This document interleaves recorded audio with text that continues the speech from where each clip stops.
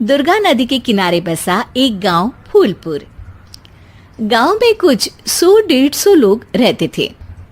अंजलि, जो कि पास ही के जिले में रहती थी और 12वीं पास कर चुकी थी, उसके पिताजी ने बेटी को जल्दी विदा करने के लिए उसकी शादी फूलपुर गांव के मुकेश से करवा दी थी।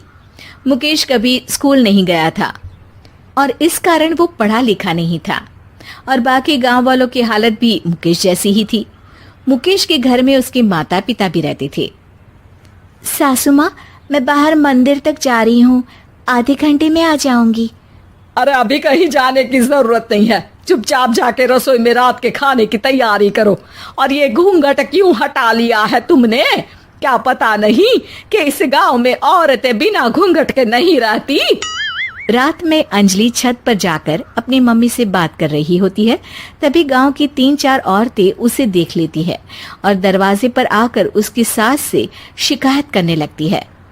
और क्या हुआ? अरे छत पे तो देखो, आपकी बहू मटक मटक के किसी से फोन पर बात कर रही है। दिन भर फोन पे लगी रहती है। अरे कल तो मंदिर के पास वो क्या कहते हैं, सेल्फी ले रही थी। शहर की बहू रखना अच्छा शान की बात है, पर देखना इसके लक्षण से ये तो तुम्हारे परिवार को बदनाम ना कर दे। ये पहली बार नहीं था जब सास से गांव के लोगों ने अंजलि की बुराई या शिकायत नहीं की हो। अब तो ये रोज की बात थी। अंजलि ये सब सुन लेती है। जब वो नीचे जाती है तो मुकेश भी वहां आ जाता है। सास कहती है, बेटा, लोग घर आकर शिकायत करने लगे हैं बहू के कामों की। देख लो, पति हो, संयम से रखो इसे। माँ जी, मैं तो अपनी माँ से बात कर रही थी क्योंकि यहाँ कोई बात करने लायक ही नहीं है और अब मैं माँ के पास ही रहूंगी। वहाँ क्या रहना, वहाँ बाहर के लोग तो ठीक है पर घर के लोग भी इज्जत ना दे सके। अरे नहीं नहीं अंजलि, ऐसा नहीं है, धीरे धीरे सब ठीक हो जाएगा, तुम फिक्र ना करो। अरे बस कुछ बोलना ही नहीं है, सर पे चढ़ा रखा है बहू को। सास मुकेश की नरम बात सुन के वहां से मुंह चढ़ाकर चली जाती है। मैं तो कहती हूँ हम दोनों शहर चले जाते हैं। मैं पढ़ी लिखी हूँ, मुझे वहाँ नौकरी भी मिल जाएगी और थोड़े दिनों में आप भी वहाँ कुछ काम ढूंढ लेना। अरे नहीं नहीं अंजलि, हम यहाँ ना गांव का खेत, माँ पिताजी को छोड़कर शहर नहीं जा सकते। माँ पिताजी को कैसा लगेगा और गांव वाले क्या सोचेंगे?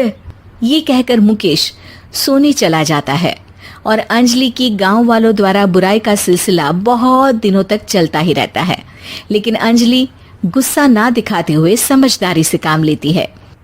बारिश का मौसम चालू हो जाता है। जोरदार बारिश से पूरे गांव में हाहाकार मच जाता है। दुर्गा नदी में बाढ़ आ जाती है और बाढ़ का पानी पूरे गांव की फसल तबाह कर देता है। फसल की ये हालत देखकर गांव वाले निराश हो जाते हैं और बात तो यहाँ तक पहुँच जाती है कि कुछ लोग तो अंजलि को इस सब का दोषी ठहरा देते हैं।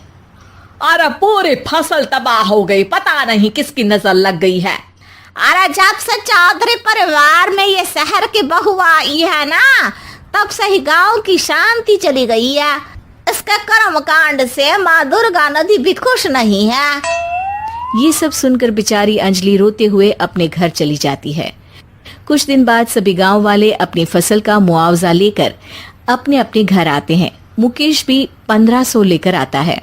अंजलि को जब पासबुक दिखाता है तो अंजलि हैरान हो जाती है। अरे, ये पासबुक में तो उन्होंने 4000 की एंट्री करी है और आपको सिर्फ 1500 दिए। सच में? अरे वो सरकारी अफसर आपको बेवकूफ बना रहे हैं। सरकार की तरफ से हमें 4000 मिले हैं लेकिन बाकी का सारा पैसा खुद ही खा रहे हैं। आप लोग के अनपढ़ होने का फायदा उठा रहे हैं। ये सब सुनकर मुकेश परेशान हो जाता है लेकिन अंजलि उसे हिम्मत से काम लेने को कहती है और सुबह होते ही मुकेश को पंचायत कार्यालय ले जाती है और साथ में गांव के और लोगों को भी। आप सरकारी बाबू क्या गांव के लोगों को बेवकूफ समझते हैं?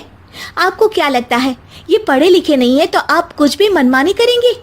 ये बेचारे दिन रात इतनी मेहनत करते हैं, ये हमारे अन्नदाता हैं और आप इनके साथ ऐसा धोखा करते हैं। अरे क्या बके जा रही है ये लड़की, किस धोखे की बात कर रही है? अपने कांड करके नदी माँ को नाराज करके हमारा नुकसान करके इसे चैन नहीं मिला क्या? सरपंच जी, इन सरकारी बाबू ने मुझे बेवकूफ बनाया है और मेरे हिस्से के पैसे खुद चट कर गए। बस ये सुनते ही सरपंच वहां से दुम दबाकर भाग जाता है। पता चलता है कि जनपद अधिकारियों ने गांव के सरपंच के साथ मिलकर सबके साथ धोखा किया है। सब लोगों का विरोध शुरू हो जाता है और आखिर में अधिकारी सब गांव वालों के हिस्सों के बचे हुए पैसे उन्हें लौटा देते हैं और कई दिन तक सरपंच गांव में लौटता ही नहीं। अंजलि, तुम नहीं होती तो हम गांव वालों को तो पता ही नहीं चलता कि ये हमें हर बार बेवकूफ बनाते हैं। हाँ हाँ अंजलि बेटी, हमें माफ कर दो। हम सब तुम्हें बुरा भला कहते रहे, लेकिन तुमने ही